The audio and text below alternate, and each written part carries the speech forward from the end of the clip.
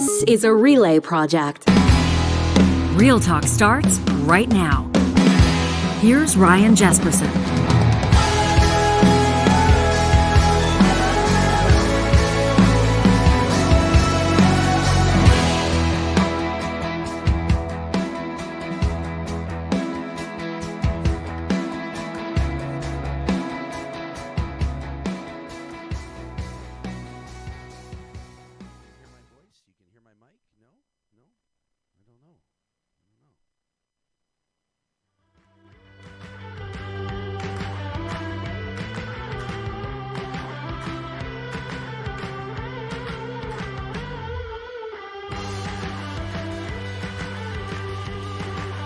Check.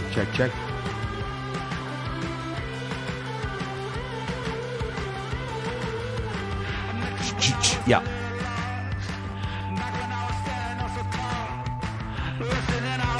Let's try this again.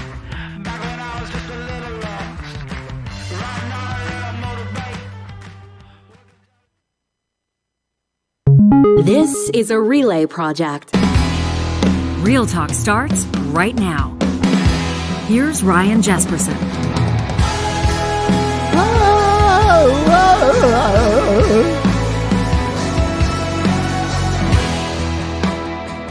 It's Thursday morning and you're locked into Real Talk.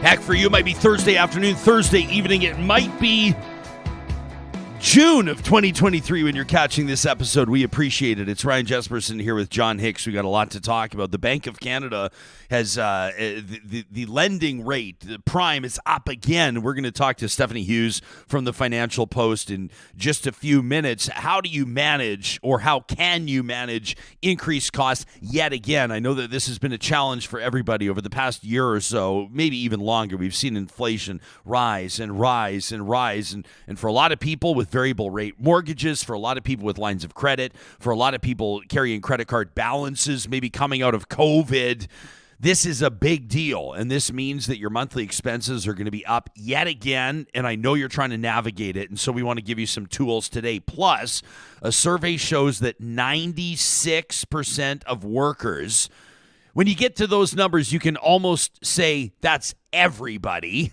96% of workers, according to a recent report by jobsite monster.com, are looking for a new position, a new job in 2023. We're going to talk to career advisor Julie Bauke on the show coming up in about a half an hour's time. We lead this morning with a story out of our home province, our home jurisdiction of Alberta. For those of you that have not been paying attention, and I doubt that there's a whole bunch of you tuning in right now that would fit that bill, because this is something that everybody's talking about. An explosive series of reports from the CBC based out of Edmonton and Calgary, but in particular, reporters in Edmonton have reported that Alberta's premier or members of her staff have been interfering with the justice process, with charges, with the prosecution following the Coutts border blockade. You'll remember this earlier this year. Obviously, it goes without saying that the entire nation was paying attention to a convoy that was traveling across the country that ultimately landed in the nation's capital in Ottawa and occupied that city for a number of weeks. At the same time, concurrently, a number of people were blocking a border crossing south of Lethbridge, Alberta, costing, of course, the Canadian economy hundreds of millions of dollars and causing huge problems. Charges laid included conspiracy to commit murder. There were people involved in this blockade talking about murdering police officers. The RCMP swooped in a raid right around midnight one night and seized a whole bunch of weapons, ammunition, body armor. In other words, it wasn't just all talk. When Danielle Smith campaigned to become leader of the United Conservatives, she said that this was the type of thing that she would take issue with. She wasn't cool with a lot of the charges that were laid here. She believed that these people were being persecuted, that they were being discriminated against. She said that she was going to get involved in the cases of pastors that were being prosecuted for continuing to gather their congregations despite or in defiance of public health orders. And we're learning more about that story as well. So the CBC late last week, in particular, a couple of reporters with, can I say, pristine records, with solid reputations in the province, go to print, as we used to say, with an explosive story. A story alleging that the Premier herself or members of her staff were contacting the Crown, were contacting prosecutors in an attempt to influence the judicial process. Now, the Premier has gone to the wall in defending herself, in saying that she did not do this, that members of her staff did not do this. Now, why is this such an issue? Why is it so curious? Well, because a couple of months previous, not even that long ago, the Premier said that she did do it. And we brought you that audio yesterday. In conversation with Ezra Levant from Rebel Media, Premier Danielle Smith said that she did contact prosecutors. And she said that she was looking into whether or not there was a common consensus, whether or not there was certainly a concrete belief that these charges were in the public interest and that there was a high likelihood of these cases being prosecuted successfully. In other words, finding these people guilty. Yesterday, this story advances further. Now, there's been some speculation. Some people believe that the CBC has fabricated this story. People believe that because the CBC is not naming its source, which is not unusual, but also after divulging in a report, the CBC acknowledging it did not see the emails that are alleged to have been exchanged between these two parties, the Premier's office and someone involved with Crown prosecution. The CBC acknowledges they did not see the emails, which is not a small thing. That is a big deal. There are people out there that are essentially suggesting that the CBC cooked up this story, that the story's BS. I personally find that very hard to believe. As I said yesterday, when the Premier released a statement, Danielle Smith doubles down and says that the CBC's political interference story is BS. I said it's a hell of a story to report without a bulletproof source, which is leading to some pretty wild speculation. Now, some of you reached out to me, and this is on me. This is my fault. And you said, there's no way. What are you talking about? There's no way that these reporters would have put this out there without a bulletproof source. And that's the point I was making. And I guess I could have worded it differently. But I said it's a hell of a story to report without a bulletproof source, which leads me to believe that they have to have a source, right? This isn't the type of thing. This is the furthest thing from the type of story that a veteran reporter, let alone two or three of them, let alone a reputable news outlet, would go and publish without an absolute assurance that it was true. So yesterday, from the Premier's desk, a statement says the CBC published a defamatory article. That is not a small word to use, especially on the Premier's letterhead. That's a shot across the bow. That's a warning. That's a signal of intent. A defamatory article, says the Premier, containing baseless allegations that the Premier's office staff had sent a series of emails to Alberta Crown prosecutors. Again, I feel like we need to see red flags. I feel like we need to pay attention to the details. What if it wasn't emails? What if it was text? What if it was phone calls? What if it was DMs? What if it was in-person conversations?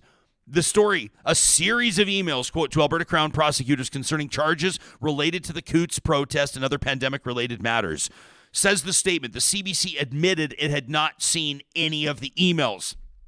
The article was then used and editorialized by the official opposition, obviously, to smear the reputations of the Premier, her staff, Alberta Crown prosecutors, and the Alberta Public Service. Says the statement released yesterday, the Premier calls on the CBC to retract its outrageous story, and further, that the CBC and the official opposition apologized to the Premier. That's not happening. They also want an apology to everybody else, Crown prosecutors, the public service, for the damage caused to their reputations and that of Alberta's justice system.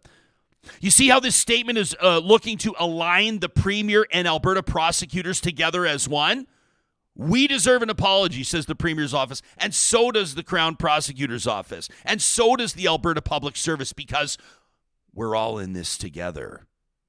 Goes on to say, after taking office, the Premier and her staff had several discussions with the Ministry of Justice requesting an explanation of what policy options were available for this purpose. She promised she was going to do it. That's not a surprise, and it's not a secret.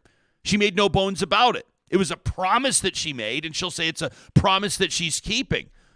But this is where it's getting murky, because she's telling some people that she did do it, and she's telling others, notably the public, that she didn't. Says the statement, after receiving detailed legal opinion from the minister to not proceed with pursuing options for granting amnesty, the premier followed that legal advice. It wraps by saying the CBC's allegations and insinuations to the contrary are baseless. So where do you go from here? What do we know? We know that the premier went on the record and said that she did what the CBC says she did. So the CBC reported it, citing an anonymous source. And let me tell you, behind the scenes in the Alberta journalism community, including court reporters, political reporters, editorial writers, managing editors, there are conversations happening right now that you wouldn't believe. People speculating around who this source might be. I was smiling yesterday when I saw on Twitter a lot of people starting to suggest that former Premier Jason Kenney is the source. I'm not saying he is. Quite frankly, I'm not saying he's not. For reporters like Janet French, Megan Grant, Elise Von Shield that have broken countless stories of the past couple of years to go on the record with a story like this without being able to go to their managing editors, without being able to go to their superiors and say, we recognize, we understand the magnitude of this story. It's not lost on us, the position that this puts the CBC in. Here is who is providing us the information, and here's the information we have, and so they run it. It is unimaginable that they would publish this story without having that, as I described it yesterday, bulletproof assurance. Now, the CBC cannot provide the email. And I want you to remember, this is significant as well. Journalists worth their salt will go to jail to protect a source. Journalists will not reveal their sources. There are many examples of journalists being hauled before courts, being hauled before public inquiries that demand that they reveal their sources. And any journalist that deserves the badge will not do it. There have been some that have been jailed because they will not reveal those sources. But in a case of defamation, if the premier truly believes that she, her office, the Alberta Public Service, that prosecutors have been defamed, there's one way to set this straight, and that's to sue. Not to demand an apology, which you know is not coming and not happening. The premier knows that. Whoever wrote her statement knows that. But if you truly believe that you have been defamed, take him to court, and let's let discovery handle this. Because when this is in front of the courts, there will be expectations of evidence. And I find it extremely hard to believe that the CBC would go to the wall, that veteran journalists would put their names on the bylines of a story like this without being able to provide at least supporting documents or proof. Sources, credible sources to this show, have assured us that this story is 100% accurate. It is noteworthy that the CBC did not see the email, but that does not mean that there was not correspondence. Now, there are some very interesting and relevant background details here. Over this past weekend, Albertans were told that there was a full investigation into these allegations, that emails from dozens of staffers and hundreds of individuals involved with the Crown prosecution, that those emails were vetted, that the servers were examined, and that nothing was turned up. But yesterday, we also learned that emails prior to December 22nd, per policy, had been deleted. The allegation of this story occurs before December 22nd. So if emails were deleted prior to December 22nd, what validity or why should we care about the results of an investigation that turned up nothing? Are you with me? Are you with me that if all of the emails before the 22nd of December are gone And it is alleged that this story happened before December 22nd. Obviously, there's no record of these emails. What's also happening right now? These same reporters have put out a story, and I know that I'm basically doing a huge promotional bit for the CBC here, but these reporters, day in and day out, are hammering away on these investigations, and they deserve the credit. The Premier's office pressured the Justice Minister's office. This is Tyler Shandro, who's in a whole world of hurt himself right now, to get rid of COVID charges. Ezra Levant is bragging about this. You know, that Calgary pastor, I'll say it in quotes, that pastor, Artur Pawlowski, you know, this guy, the hot mess, the guy that was arrested on the side of Deerfoot Trail a while ago by police. Ezra Levant and Rebels picking up his tab. They're paying his legal charges. Well, it's been revealed by Ezra himself, because, of course, he's got his donor base to hit up, that he has been pressuring Premier Smith to pressure the Attorney General, that's the Justice Minister, Tyler Shandro, to stay those charges. So common sense would lead the average person to question if that's a fact, if it's a fact that the Premier has not hesitated to contact the Attorney General, the Justice Minister, regarding charges that pastors are facing for gathering their congregations through COVID-19, is it that outrageous to suggest that that same office under that same Premier would also be contacting Crown prosecutors or people associated with that office relating to other charges, similar-ish charges relating to the Coutts border blockade? You've got to look at track records here. I want you to consider the track records of the reporting outlet. And I know that there's a lot of mouth breathers right now that are going to talk to me about fake news and treason and patriots and all of that garbage. And this message isn't for you. I'm talking to the common average person, the everyday person that makes their decisions and forms their opinions on gut instinct. Look at the track record of the reporting outlet. Look at the track record of the journalists and think, would this group, would this outlet go public with an explosive story targeting the Premier's office without an assurance that there was validity to what they were reporting? Versus, what is the track record of the politicians? In particular, this politician, since she took office. It is not being disputed that the Premier reached out to the Attorney General, to the Justice Minister, relating to charges that the pastors are facing. Is it outrageous? Is it unbelievable that the same thing would have happened with Coutts? I don't think so. Which brings me back to the statement that was released yesterday. This is a bold move from Alberta's Premier, suggesting that the article is defamatory, demanding an apology. This is doubling down. This is keeping the story in the news cycle. And I understand the political strategy here, because Danielle Smith and her staff and her advisors are seeing some traction. They're seeing that people, many people that are supportive of the office, that are supportive of the United Conservatives, that are supportive of Danielle Smith, are starting to create a narrative that the CBC has completely fabricated a story. And that without the proper due diligence and without the checks and balances, that the CBC went and pushed this story out. And they're hammering down on that. They're pouring gas on the fire. I find it extremely hard to believe that the CBC would have put this out there without the sources. And so, this brings us to today. This brings us to the now. You ask, what is the point? My point is, if Alberta's Premier, Danielle Smith, truly believes that the CBC and its reporters have defamed her, have published a defamatory, incorrect, inaccurate piece of journalism, then I say sue.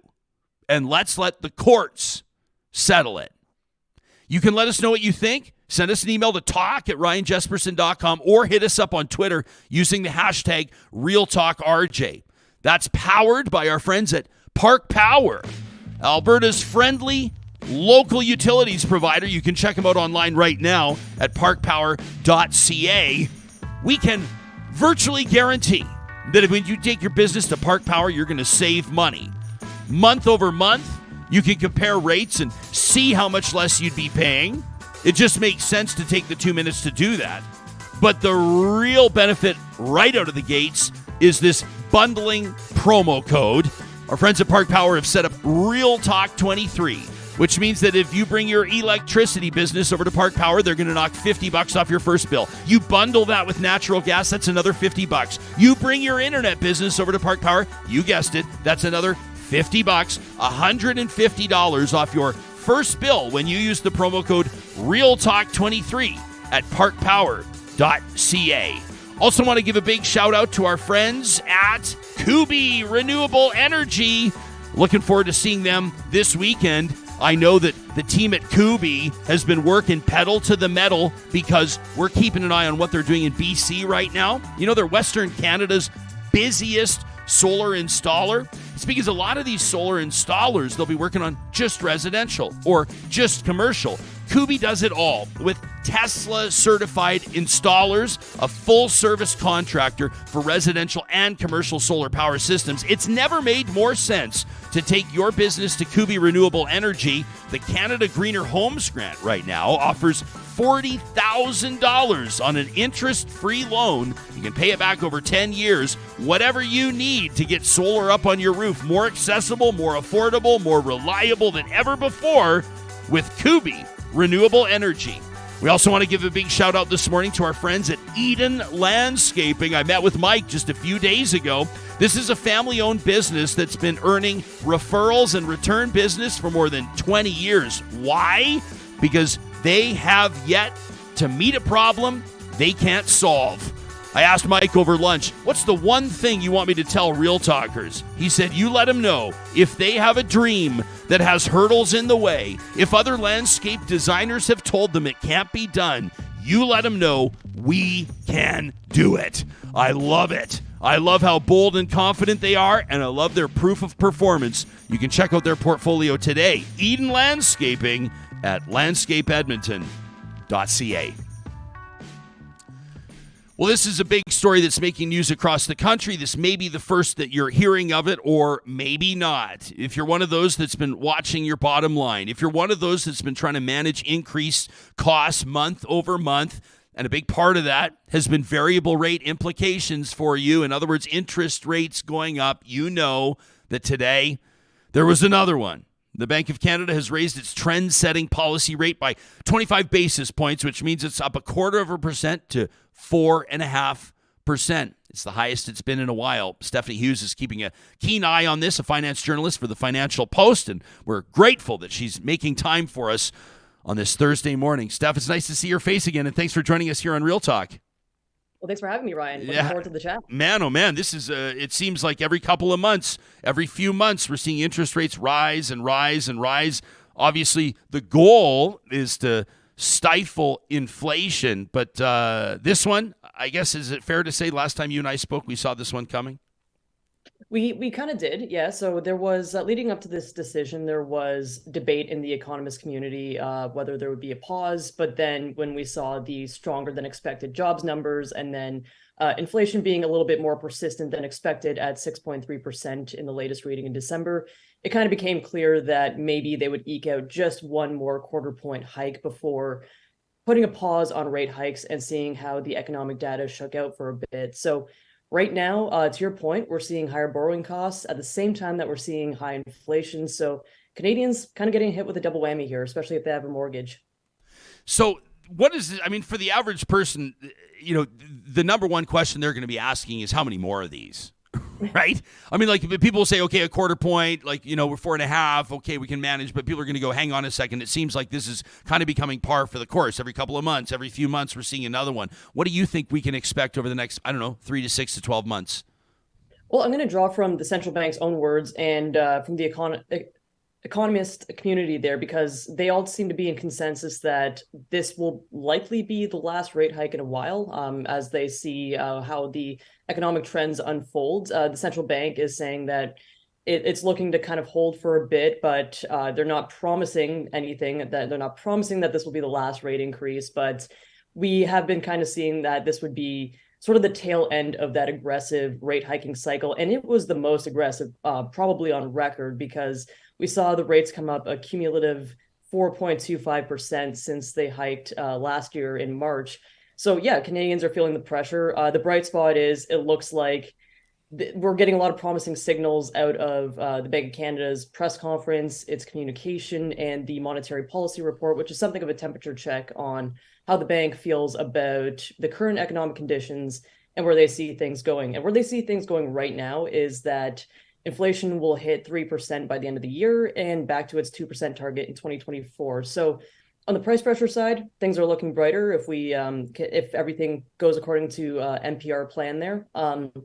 And on the rate hiking cycle side, it sounds like the bank is ready to kind of take the foot off the gas as far as going up with the rates there. When you talk about 3% inflation, I mean, that represents it would be a drop by 50%. I'm still trying to wrap my mind. I don't know about you, Steph. I know you've been covering finance stories for a long time. For me to see, even in December, inflation still over 6% despite these rate hikes. Is it taking you? I mean, are you used to it, or does it still shock you every single time? You see inflation 6, 7, 8% in some jurisdictions. I mean, people haven't seen that for years. Mm-hmm. No, this is probably the highest I've seen it definitely in my journalism career or my financial journalism career. So yeah, it's anxiety inducing. I'm with everybody else looking at this rate or these rates go up and wondering how the hell am I going to afford anything? But in this case, yeah, it seems incremental, but you have to remember that interest rates and the hikes have a lag effect in the broader economic financial system. So the way the central bank kind of expresses that is it takes about 6 months for each rate hike or the cumulative amount of rate hikes to fully work their way through the system. That said, we're still seeing some supply chain constraints. It's getting better, but we're still seeing some constraints there. And yeah, it's going to be difficult to see how that kind of unfurls, how interest rates, and to put it into perspective for viewers, the reason why rates go up as a means to bring inflation down is that it takes demand out of the economy, because there's been a lot of demand. As soon as the economy reopened, a lot of people were, going out to dinner, getting haircuts again. They were traveling. So that spike in demand meant that there was a severe mismatch between supply and demand. But now with these rate hikes, they're hoping to bring demand back down so supply can catch up. But if there's weather events that leads to a worse off crop season and there's less food capacity or food supply, then that's going to play a major part in grocery bills and the food inflation rate. The food, I mean, man, oh man, when we talk about this, it's like we understand that inflation has sweeping impacts. I mean, to state the obvious. But people really feel the pinch, it seems, in like they feel it acutely in certain spots, right? The grocery store, the gas pump. I mean, obviously, interest rate increases, they feel it on their lines of credit and their credit cards, those types of things. Stephanie, I know that these types of conversations for some people can be really discouraging. Some people will tune it out because, quite frankly, they don't need to hear more about the challenges they're facing. They're very well aware of the challenges they're facing. Are you seeing any bright spots? Like what about jobs? What about employment? Are you seeing some indicators that some of these rate hikes could actually be working, could be paying off, that maybe there's light at the end of the tunnel? Well, I will say that 6.3% is a high number, but it is a bit of a far cry from the 8.1% peak we've seen in last June. That said, yeah, to your point, it's very difficult to actually pull back demand on certain areas. So people need to eat, they need to travel for work. So they have that inherent gas demand there. Energy prices, that's kind of been leading the charge in the declining inflation rates. But I would say that bright spot is we're expecting inflation to come down. Still a robust jobs market, but the governor, Tiff Macklem, is hoping, or the central bank, I should say, is hoping to take some more steam out of the economy, because the high jobs demand is kind of a symptom that the economy is in excess demand. So businesses are hiring more people to bring more supplies to the market, and meet the demand that their customers ultimately have. So we're probably going to see that vacancy buffer get eaten into. The one bright spot is that they're hoping that because of this vacancy buffer, hopefully that the unemployment rate doesn't grow by to the same degree as prior recessions, leading into this upcoming recession. But pointing to that that strong jobs market, is I still see it as a job seekers market. So if people are struggling with costs, maybe this is a good time to weigh their options and see what other employment opportunities in their field or other postings, hopefully that can provide a larger salary to sort of navigate these rising costs. Might be a good chance to see what their options are. I always appreciate when audience members chime in and provide questions for our guests. Sometimes it's on Twitter, sometimes it's in our live chat. And I like this one from Rose because just straight up, she just says, can somebody please explain to me how raising interest rates deflects rising inflation? She says, I don't get it. Can I take a crack at it? And then can you evaluate my response? So if I'm in class, am I oversimplifying that rising interest rates make the cost of borrowing higher, which makes spending money more expensive, which makes people think twice about, in particular, big expenditures, which cools the market, supply and demand-ish, which then causes inflation to drop? Is that on the right track, or am I wrong? No, in a nutshell, that's exactly what they're hoping to do. That's taking the excess demand out of the economy, and we've seen a lot of excess demand over the past year. So yeah, it seems counterintuitive that the solution to curbing price pressures is to create more on the borrowing side, but the hope is that Canadians will try to kind of retract their spending and then cool off the demand in that same function. So you actually nailed the explanation there. So the Bank of Canada also releases its monetary policy report, right? It's like what is it, like a barometer kind of idea on where the economy's at. The average person's not going to read this report today. They're not going to sift through it, but journalists like you will. What's one or two things that they're jumping out at you as especially significant that people can take away from that report? Well, the biggest one for me was the inflation trajectory. They're looking at the headline inflation reading reaching about 3% by the end of the year, 2% by 2024. That brings it right back to their target. And then also their language about just kind of looking at a wait and see mode, seeing that they're going to really rely on the economic data and let that determine their next move there. I think I would say that the era or the period of really front loading interest rate hikes, like that surprise 1% hike we saw in July, I believe that's over, and they're trying to thoroughly communicate that and make sure that that they can still achieve something of a soft landing or a mild recession, or just like to make it to cool off the pace of rate increases without creating too much damage to the economy. So those were some of the things that jumped out at me. One other thing I'll say is really interesting, because this is a rate decision of many firsts. It's the first of the year, but it's also the first that we're actually the collective we are going to get a better look under the hood of what made these decisions possible, or what went into these decisions. So what I mean by that is 2 weeks from now, or 2 weeks from yesterday, I should say, they're going to release meeting summaries, which will actually show a summary of how they reached their decision to raise by 25 basis points. We've never had that before with the central bank, but this will be the first year where we actually get more details. I'm really looking forward to seeing what kind of deliberations are happening behind the scenes there. Let me ask you this in closing, and I sure appreciate your reporting with the Financial Post. If you're just tuning in, listening, live streaming audio with the Mixler audio app, we're talking to Stephanie Hughes of the Financial Post. Last year, for the first time in its history, the Bank of Canada lost money. No, it's not necessarily a for-profit entity, but can you explain to us in layperson's terms why that happened, why it's significant, and what it means in 2023? Certainly. So what ended up happening was during the onset of the pandemic, they had to buy a lot of assets, a lot of bond purchases there, to essentially make sure that the market had enough liquidity, enough cash to make the borrowing environment more accommodative, to make sure that they were able to drop interest rates to the lower bound and make sure that the economy was kind of easygoing there.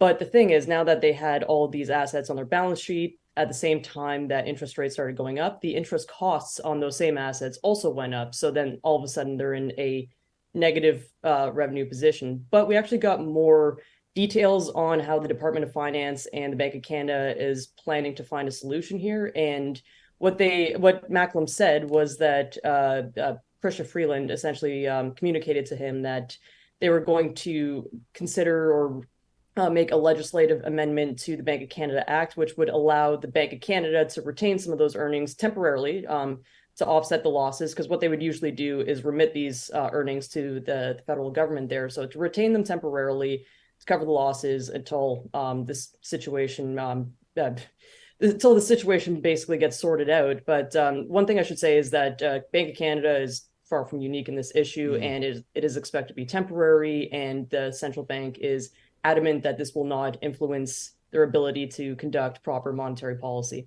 Steph, for people whose mortgage payments just went up again today, for people whose credit card balances are going to be more tomorrow than they were yesterday, which is kind of obviously how it works. For people right now that are feeling that tightening, their chests feel a little tight today. What's your sense of where this is going? What's your sense when it comes to future rate hikes, and what would you tell?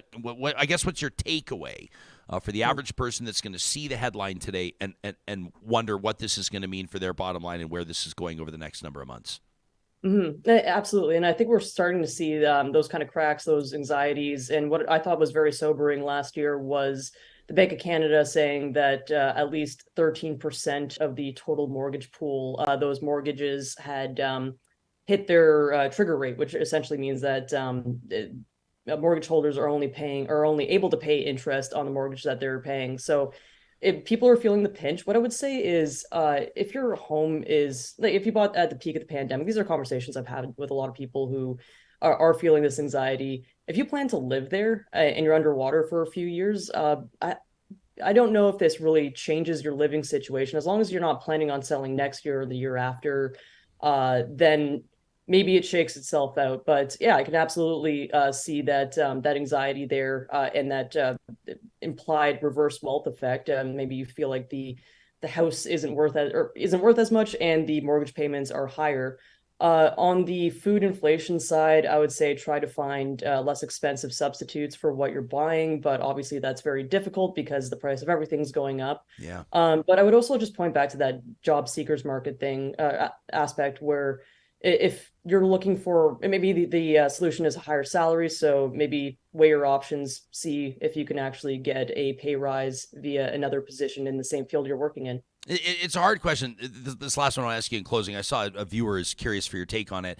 You're probably going to say to us, well, it depends if you're listening from Vancouver or Toronto or Calgary or Halifax or for that matter, Grand Cache.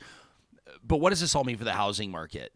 Like, I talked to some realtors. I was talking to one yesterday at hockey. We're hanging out, and I said, how's business? And he goes, hey, that was his answer. Hey, what do you think? I think, we've certainly seen the double-digit declines in markets like Vancouver, Toronto, to a lesser extent Calgary, but the major cities across the country are seeing that steam come out of the housing market there. And yeah, it's stressful. And the thing is, even though house prices are coming down, it's not getting more affordable because the carrying costs are going up. So this would take would-be home buyers, especially first-time home buyers, and puts them on the sidelines because they're saying, forget it, I just can't make it work in this market. Like literally, people that are looking at, let's say you can get a mortgage at prime, even then 4.5. And I know that people that bought houses in the 80s are going to be like, you guys got to be kidding me. But still, in the present day context, there are people that locked in 4 years ago in a 5-year term that were in at 0%, that were in at 1%, and now we're looking at 6%. And obviously, it's going to have implications on the market. I mean, it's just common sense, right? Exactly, and they're going to feel it when they renew. This is, it's certainly the highest I've seen it in my years. My people in my age group, this is the highest it's been for a while. So it's it's anxiety inducing, and people are trying to weigh their. I feel like people are assessing their family planning options a little bit more. Whether they can actually get in the market at all, if it means that that they're leaving the city. There's a lot of uncertainty out there, but I know from a few real estate reports that they're expecting maybe the bulk of the decreases had occurred last year. I know that's kind of up for debate. Some people are expecting that things might get worse in the housing market heading forward, but some people are expecting, I believe it was Royal LePage was expecting that another double-digit decrease this year, but maybe not to the same extent as 2022. So still more price pressure, still more prices coming down is what we're expecting, more demand being put on the sidelines. But this is this is the whole point, right? Yeah, it like is. what you're talking about, the impact is exactly what the Bank of Canada, Tiff Macklem's endeavoring to do, which is to get people double clutching and thinking about whether or not they're going to go, spend $975 or 1.2 on a house that they can kind of just barely get into. That's kind of the whole point. Exactly. And the first casualty in a rapidly rising rate environment is the housing market. Yeah. Unfortunately for Canada, we're very dependent on the housing market. I forget what the percentage of the GDP is there, but there's a lot of, it's a massive employer. There's a lot of people working in that sector. It's caused so many Canadians it's really driven up our household debt to GDP ratio. So we're a house-hungry, house-obsessed country. One argument that I found pretty interesting was that given the immigration targets that the Liberal government has announced over the next few years, that's expected to set some kind of a floor to the house price tumble there, because that brings in more demand. And these are very dramatic targets. These are very elevated targets, I should say. What I would also say is that because people can't afford to get in the housing market right now, that means they're going into the rental market, and we are just seeing rent rates. That rent inflation there is going ballistic. So I think we're going to see more upward pressure in the rental market, especially if there's international students. Some of the stories coming out of that whole theme there is just bonkers to me. And then I think we're going to see continued declines in home prices, but there's an expectation that there might be some kind of a floor there because we're bringing so many more people into the country and they have to live somewhere. Stephanie Hughes is a finance journalist. You can check out what she does. Obviously, read her work in the Financial Post, but you can also check out StephanieHughesJournalism.com. Read about the work that she does, covering topics like crypto, Canadian housing, and a wide array of topics in business news. A wonderful friend of the show. Steph, it's nice to see your face again. Thanks for your time. Nice to see you, too. Thanks for having me, Ryan. You got it. Johnny, she's like talking directly to you. I know, right? You and Jatinder, you guys. I know you. I'm sorry to just put you on the spot and drag you into this, but you are one of the millions of Canadians. You guys are two of the millions of Canadians that have this dream, because you talk about it and I love it. And you have a specific kind of property in mind. Yeah. And it's not a cheap one, because you guys have big dreams. Yeah. And all that kind of stuff. But when all of a sudden the cost of borrowing goes from 0.5% or 1% to 6%. Yeah, it's incredible. And I feel grateful that we're here in Alberta, but I think about BC and Toronto families and Vancouver and all these places where we were in Kelowna and we found it impossible to go buy a home. Yeah. So it's a really scary time. Right and I feel like we're having, we do our best. We want to, to this audience, we want to have real conversations about real life. And it's how to navigate challenges, how to understand what's coming down, what can you see in the future, kind of idea as best as we can, talking to expert voices. But when you're having a conversation every 3 months about how are you going to manage another $300 or $400 or $500 or $600 a month on your household budget, how are you going to manage another depending on what people's mortgages look like, right? A quarter point's a big freaking deal, and that dream gets farther and farther away. And I think about you, because you've got I would say a big family, 4 people. Yeah. We're looking at our grocery costs, and I'll just be up front. I think we used to spend around $150 to $175, $200 max every week for the two of us. Yeah. And now we've seen that incrementally go up to $250, $275. And I know I'm saying this, in families, they're spending $5, $6, whatever to feed their whole family. But it's the little things, those little chips away at your savings, at your weekly costs that are just drowning Summer vacation or, eating out, going to the movies, all those types of things, right? Hey, maybe it's going to prompt you to look for a new job. A survey by Monster.com shows that 96% of workers are looking for a new job in 2023. Julie Bauke in 90 seconds on that. This conversation is presented by our friends at California Closets. They have a service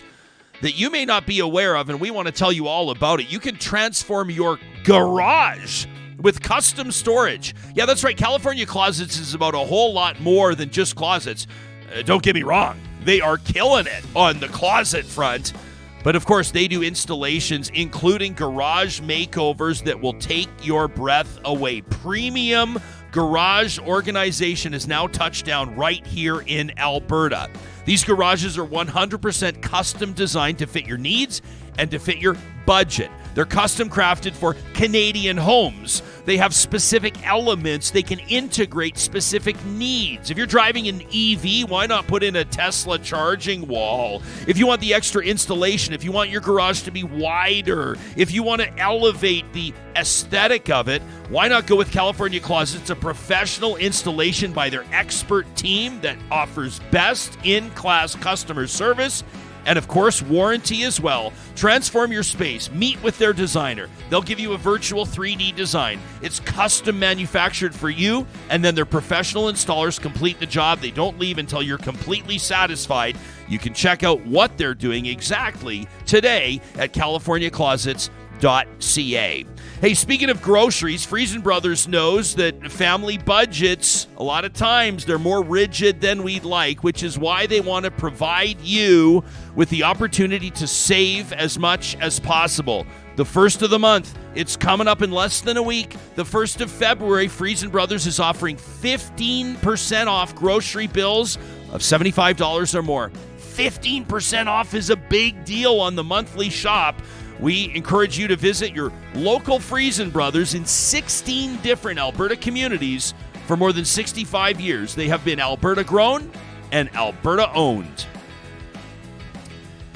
Well, this survey, these results knocked my socks off, and we reached out to Julie Bauke right away. A whopping 96% of workers say that they're looking for a new position in 2023. Why? Well, largely because they're looking for bigger paychecks. Julie Bauke is the founder and chief career strategist with the Bauke Group. She helps people land their dream jobs.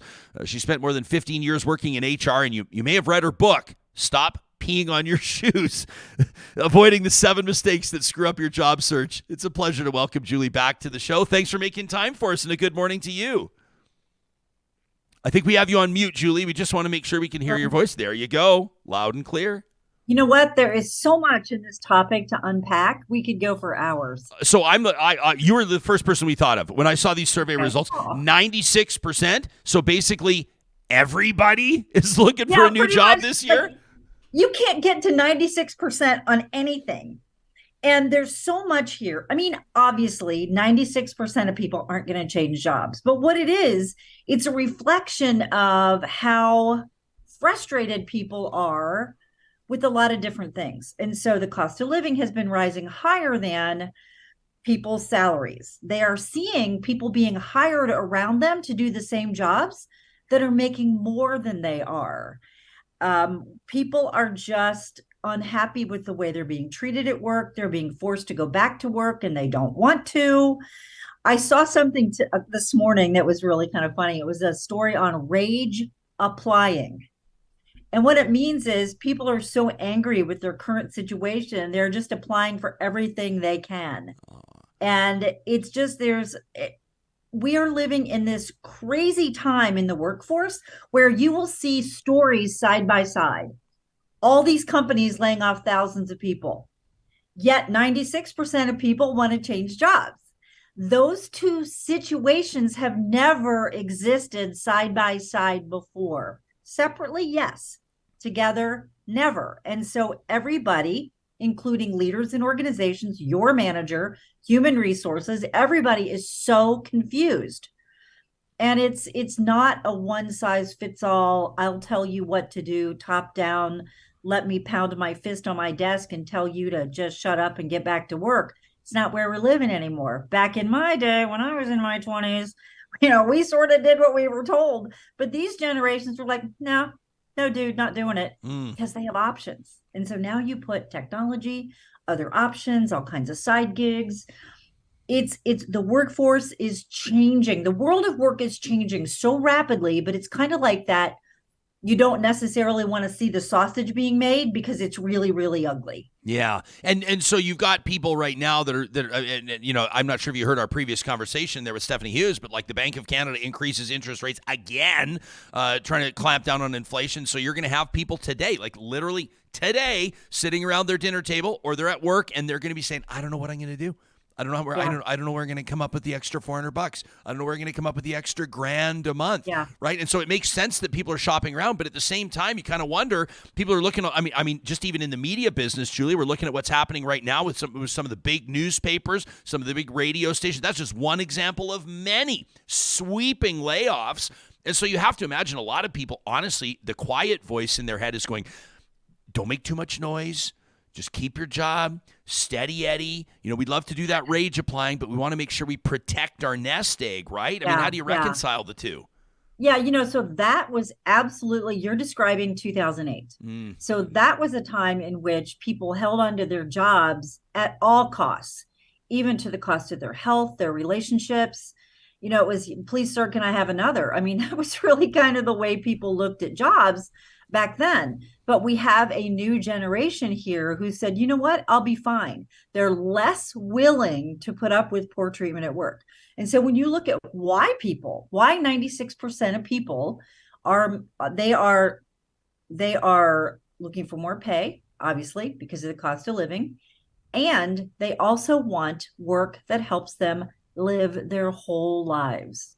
They want work that gives them more control over the big picture of their lives, because think about it, technology is really the culprit here, and I say that loosely.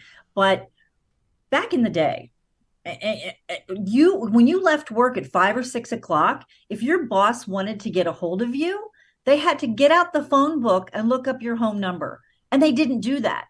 So now we have the ability to be connected, unfortunately, 24/7. And so that has driven the fact that work and life are not separate entities. The work and our personal lives are not separate entities anymore. And so people are not only looking to make the money they know and believe they deserve because of what the market's telling them. And in a lot of cases, the people you have who've been left behind, who are working their tails off, are getting less than people you've just hired to do the same work. And guess what? They know it. And so they're feeling taken advantage of. So they want to get out and make more money. But at the same time, you're like, I'm not willing to work, 18 hours a day either. And so you've got this kind of, and then you've got you've just got so many things going on here that, I absolutely understand both sides of the desk, though, because employers are really trying to figure out, how do we attract, retain, and engage people? Because frankly, managers, leaders of organizations have still been operating in the, I'll tell you what to do, I'm the boss, I have a bigger title, for years, because we still have boomers in the market. We still have older Gen Xers in the market who still haven't gotten the message that these people do not respond to the stick. They might respond to the carrot, but they're looking for a different carrot than you're used to providing.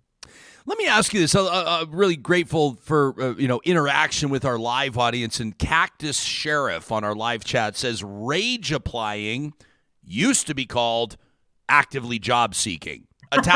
Says attaching a negative term is just corporate maneuvering to make people looking for better seem like a bad thing.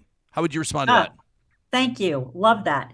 So I roll my eyes every time you see a new phrase like that. Quiet quitting, quiet hiring, rage applying, agree. And so much of this is simply clickbait. Even the term quiet quitting makes it sound like, again, it puts all the blame on the people. But when you look into what quiet quitting is, it's simply setting boundaries around what I will and won't do. So think about it. I've got 4 people in my department. Typically, I have 4 people in my department. 2 of them have quit. There are 2 of us who are still here. So what do employers do? They say, well, I guess you all are just going to have to pick up the slack because I'm trying to save money in my budget and I can't find anybody to do the job. Or they go out and hire somebody, as I've said, for a lot more. So the 2 people sitting there The phrase quiet quitting sounds like they're just sitting there doing their nails and hanging out on TikTok. But quiet quitting really means setting boundaries in what you will and won't do. And frankly, I think that is a beautiful thing. Now, if your thing is, I know somebody who got fired because during COVID, they were working 2 full-time jobs.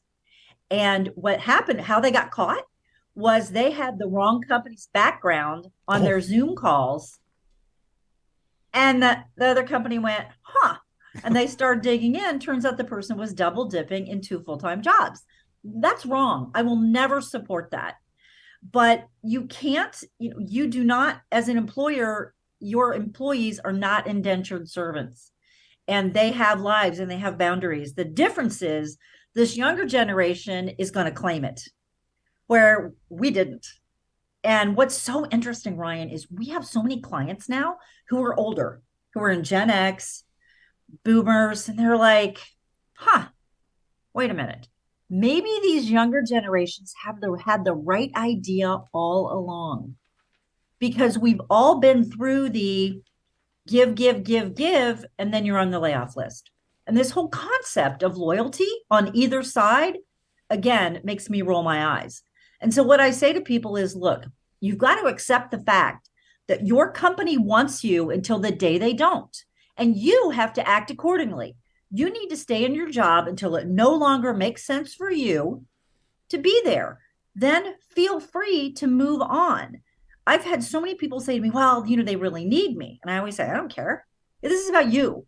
You tell me they need you. You can operate with integrity, but you have to look out for yourself and your family first. And if it makes sense for you to stay where you are, fantastic. But if it makes sense for you to move on, you need to do that without guilt, without feeling like you're letting anybody down. And just because you have to look out for you and your family and your career first. This is an interesting point here from Justin, who says, I guess talking about maybe perhaps his own workplace, but, talking about, I guess, sort of like the culture there, right? And how people can be influenced, and basically saying that before back to work plans were announced by this particular company, I don't know which one it is, doesn't matter, there was a round of layoffs announced. And I know that this is kind of the time where a lot of businesses, I was talking to a buddy just yesterday, won't name his company, but he said he wasn't, I don't know if I should say this. I feel like I'm telling tales out of school, but he said he kind of feels like the Grim Reaper because he's been tasked with letting some people go. And at the same time, he's been tasked by the owners of his company to order people back to the office.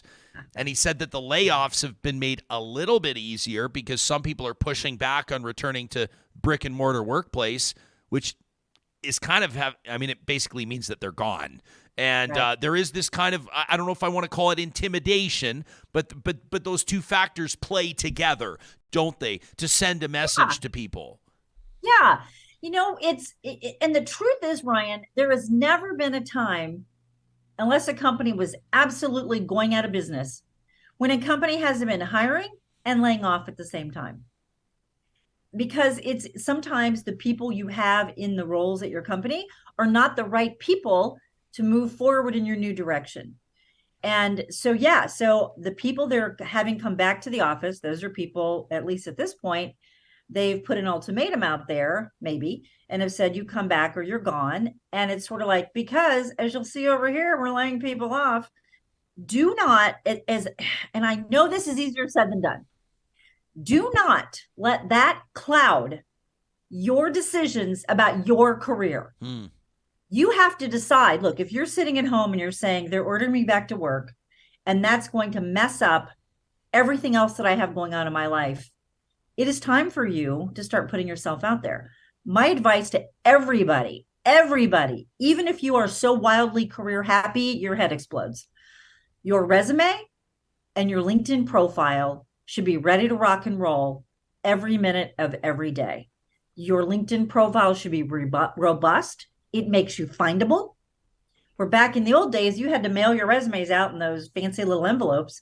But now we're in a place where when your stuff is out there, you are findable. Make yourself findable. Get a really good LinkedIn profile that really tells your story, because it's sort of like your Spark Notes or your Cliff Notes or your summary to the world, and it makes you findable. You should always be ready to move on. And what happens is people get so overwhelmed by the idea of a job search that they decide they can put up with they'll put up with so much. And back when I used to work exclusively, I worked for a big global career services provider, outplacement firm, and it was fascinating to me how many people would say to me, after being let go, a couple weeks later, having had time to process it, I'm going to say 80%. They did me a favor. I wasn't happy. I know I'm going to be better off, but I just got lazy and I just wasn't willing to work. And I'm like, that's probably why you showed up on the layoff list. But don't let it get to that, because when someone else makes that decision for you, it comes with an extra layer of hurt and just stuff you don't need to go through. When you say, you know what, this job, this company isn't working for me anymore, I've evolved and this doesn't work for me anymore, there is such power in taking control of that and saying, yeah, I'm not going to take it anymore.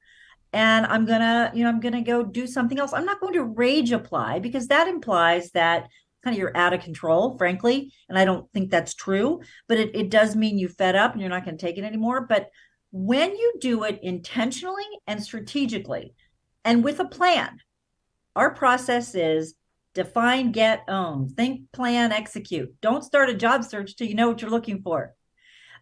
You will land powerfully and you'll position yourself for success in the rest of your career. The worst thing you can do is put your head down and hope for the best. That's not a good plan in any part of life. Why would it be at work? Yeah. And people got to be careful too, right? Like a friend of mine is a CEO at an agency, and she's telling me they have access, and they utilize a certain platform. It's not LinkedIn, but it's similar. And like, she's seen employees of hers on there actively announcing that they're looking to leave. And like, you got to be careful about it. You got to be strategic about it. And that's, of course, going to influence her opinion or her decisions as she's managing her workforce, right? So this will be my wrap-up question to you, Julie. We're talking to Julie Bauke, but this could also have been the lead-off question, which is, what's the best advice for somebody that is looking for something new? I mean, what should you consider besides salary? Like, what's the best strategy? What are a couple of foundational principles that you would say people need to keep in mind? Okay, so first of all, I want to address what you said. On LinkedIn, you have the option of putting the green circle around that says open to work. Don't do that. Yeah. Yeah, don't do that. But if you're employed. Right. Yes. Unless you've already been told you're going to be laid off. So besides always having your resume and your LinkedIn profile up to date, don't start until you have a plan. So chapter 1 of my book is called Jumping into the Fire Without Your Fireproof Undies, which means you need to be ready to answer 3 key questions. Tell me about yourself, why are you looking to leave, and what do you want to do next? And the day you get laid off or let go for any reason, trust me, you are not ready to answer that question. And so the thought of, when you think about, we say think, plan, execute. You see how execute is third? So don't execute a job search until you know what you want more of, what you want less of, what your next ideal role looks like, and you have a plan to get it. And it's anything else is throwing against the wall to see if it sticks. And this is actually what I lay out in my book, because I spent so much time helping people fix their mistakes and try and go back and have to start over. So here's your question. Here's the question to ask yourself if you're thinking about starting a job search. Why do I want to leave where I am? What is it that's not working for me? What do I want to do more of? Where do I want to do it? And what kind of organization you can't fit in everywhere. Don't try. What kind of organization is the best fit for me right now? What might that title be? So start to sketch out a vision on paper, in your wherever you keep notes. What does your next best job look like? I talk about, you want on a scale of 1 to 10, what does your 10 look like? There's so many people who are afraid to even say what their 10 looks like because it feels like too much. And I say, what would your perfect 10 job situation look like? If you put it out there, you put it on paper, you start talking to people about it, and you start moving toward that with every step, with your LinkedIn profile, your resume, who you're talking to, your self-awareness, how you're able to communicate all of this. You may not get a 10, but you'll get darn close. And so I'm just such a believer in that because I've been doing this work for 25 years. I know that it works. And so start with the end in mind, right? Like think about your GPS. You don't pull up Google Maps and just say, take me anywhere that ain't this. You're going to end up in a really bad place. Sure. Where do you want to go? Where do you want to go? What's it look like? And then start to build your case for why you're qualified for it. We get in our own way. We're our worst enemy. And we are the head talk, the head trash is what keeps us from getting what we want. I find that in life as well as in our careers. Julie Bauke is the chief career strategist at the Bauke Group. You can find him on Facebook, Instagram, LinkedIn, obviously online. She's the author of Stop Peeing on Your Shoes, Avoiding the 7 Mistakes that Screw Up Your Job Search. Really appreciate the real talk on this, Julie. Have a great rest of your week. You too. Bye-bye. Yeah, good stuff. 96% of people. I can't believe that. Well, I can believe it, but it's probably like it's Monster.com that did the survey, by the way, for people that want us to cite that source out of interest. I bet the question's got to be like, not are you actively job searching? I find it hard to believe 96% of people are actively job searching, but open or looking for a new improvement. I wonder if the question was sort of like somewhat ambiguous or vague, like, would you like a better job? Are you open to a better job? Sorry, I'm just updating my LinkedIn right here. Day and age, you just typing up your resume. Are you done? I was going to say how grateful I am that you're a part of the 4% that's not actively looking. But people like honestly probably should. I don't know. I mean, like, it's not a bad thing to always be looking ahead. It's not a bad thing to dream big and have a plan. It's not a bad thing to have these audacious, massive goals. I mean, how did the people that are in the positions that we envy in a healthy way, how did they get there? By having big, audacious goals and dreams, right? Yeah. And please never leave. That conversation was presented by our friends at Local Environmental Services. Man, I got a trash talk yesterday that is just, wow. Felt like I was handling, like somebody like pulls the pin on a grenade and then just hands it to you. I was like, woo!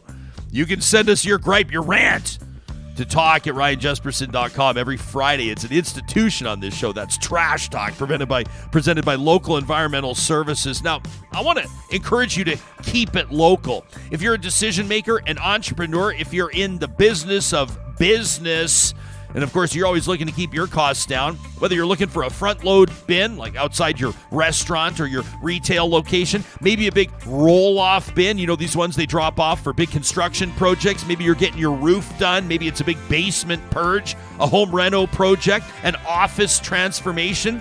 Maybe it's general recycling. You're looking to put a program into place. Or maybe you're looking for landfill services or water hauling or vacuum trucks or portable toilets or fencing or residential services or, well, you get it. Local Environmental does it. And, of course, they do it across the prairies. You can check out exactly where they operate across Alberta and Saskatchewan on their website, localenvironmental.ca. Request a quote today and start saving money. Now, speaking of saving money, it's kind of been the theme of today's show, hasn't it been? Today's a perfect day to stock up your freezer with cool treats for the kids and for you. The Dairy Queens of Northwest Edmonton and, of course, Sherwood Park have a wonderful deal in place for real talkers. All you got to do is show up at a DQ in Palisades, Nemeo, Newcastle, Westmount, or that recently renovated, that stunning store on Baseline Road in Sherwood Park. You pick up a 6-pack of dilly bars or DQ sandwiches, and while you're in there, grab another 6er. Because it's buy one, get one free through to the end of the month, through to the end of January. The Dairy Queens of Northwest Edmonton and Sherwood Park are hooking you up. It's buy one, get one free for dilly bars, dairy-free dilly bars, and DQ sandwiches. And this is not an ad, by the way. This is just me giving a shout-out to a friend. I've been telling you guys about Graham Duty. Graham has been my personal trainer and just a wonderful guy. Graham has taught me and helped me understand how to maximize my potential, how to bring out my best. And this is just a shout out to a pal. Graham's not paying me to say this. I'm saying this with conviction from the bottom of my heart.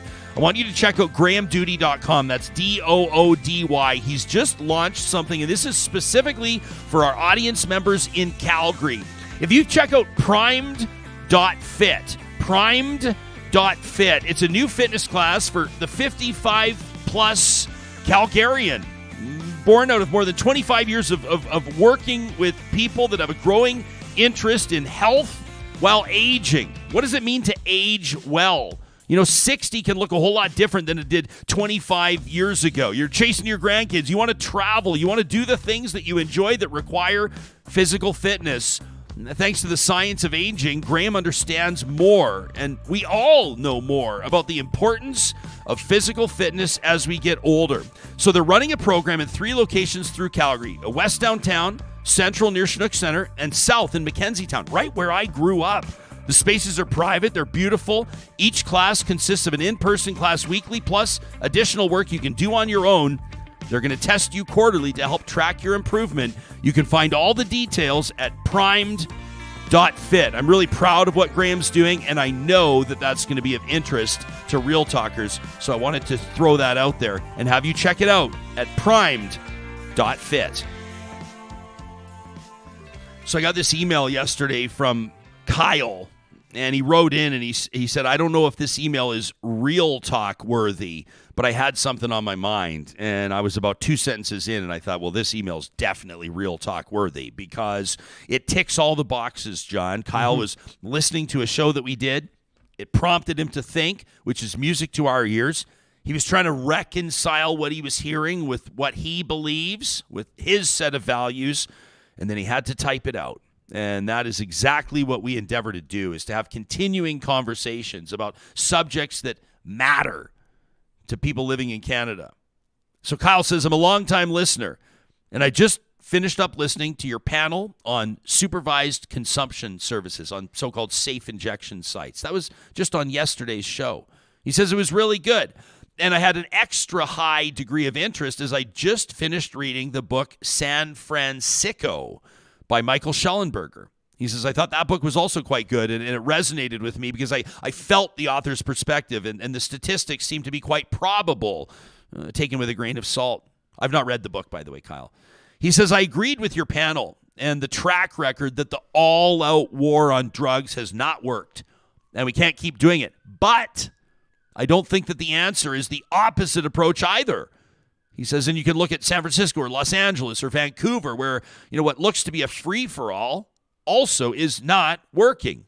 He says, take a walk downtown Edmonton. There's something not working there either. And so the author, Michael Schellenberger, asks the question, what is the answer? Maybe we should look at some cities that had huge issues and then overcame them. Cities like Amsterdam or Munich or even New York. He says Edmonton could stand to ask New York how to do mass transit as well, but that's a different email. Point taken, Kyle. He says those cities took a mix of both approaches. Not a free-for-all necessarily. You can't just have open drug markets and like shit on the sidewalks. You'd be ticketed and arrested, and at that point, when you are, you'd get assessed. What's your issue? What's the root cause of your homelessness potentially or your addiction? Because every person's circumstance is different. A woman that may be homeless or that's fallen into, let's say, the sex trade because maybe she ran away or tried to escape from an abusive spouse is not in the same circumstance as somebody with, for example, a mental illness or maybe an Indigenous person dealing with intergenerational trauma. Not one policy should be the exact same for all individuals.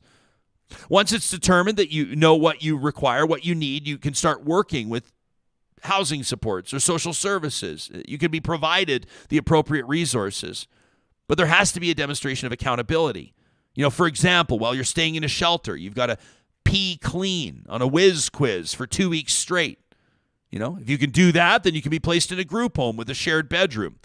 If you can stay clean for a month and try to get a job, well, that sends a message too. Let's get you your own place.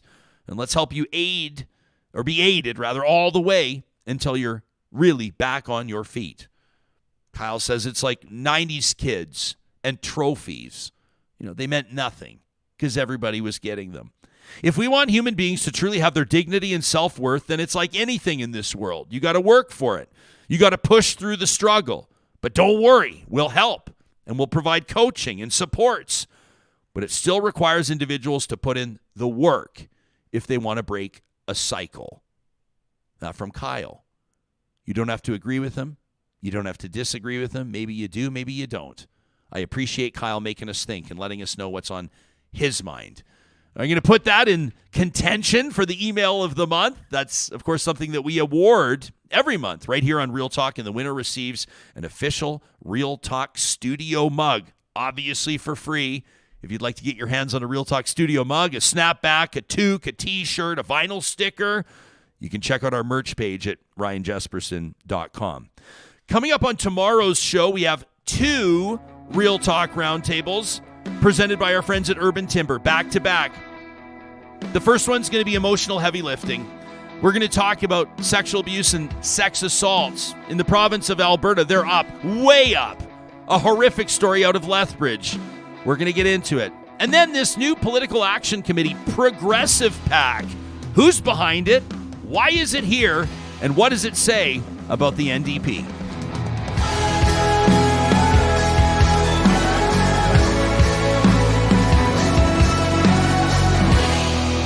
Real Talk is hosted by Ryan Jesperson, executive producer Josh Dunford, technical producer John Hicks, general manager Katie Cook-Chivers, account coordinator Lawrence Derlego, human resources Lena Shepard, website design Mike Johnston, voiceover by me, Carrie Skelton. Real Talk's editorial board is Supriya Dwivedi, Ahmed Ali, Brandy Morin, Ann Castleman, Corey Hogan, Harman Candola, Catherine O'Neill, and Chris Henderson. Member Emerita, Julie Rohr. Real Talk is recorded in Edmonton, Alberta on Treaty 6 territory, the traditional and ancestral territory of the Cree, Dene, Blackfoot, Saulteaux, and Nakota Sioux, home to the Métis settlements and the Métis Nation of Alberta. Real Talk is a relay project.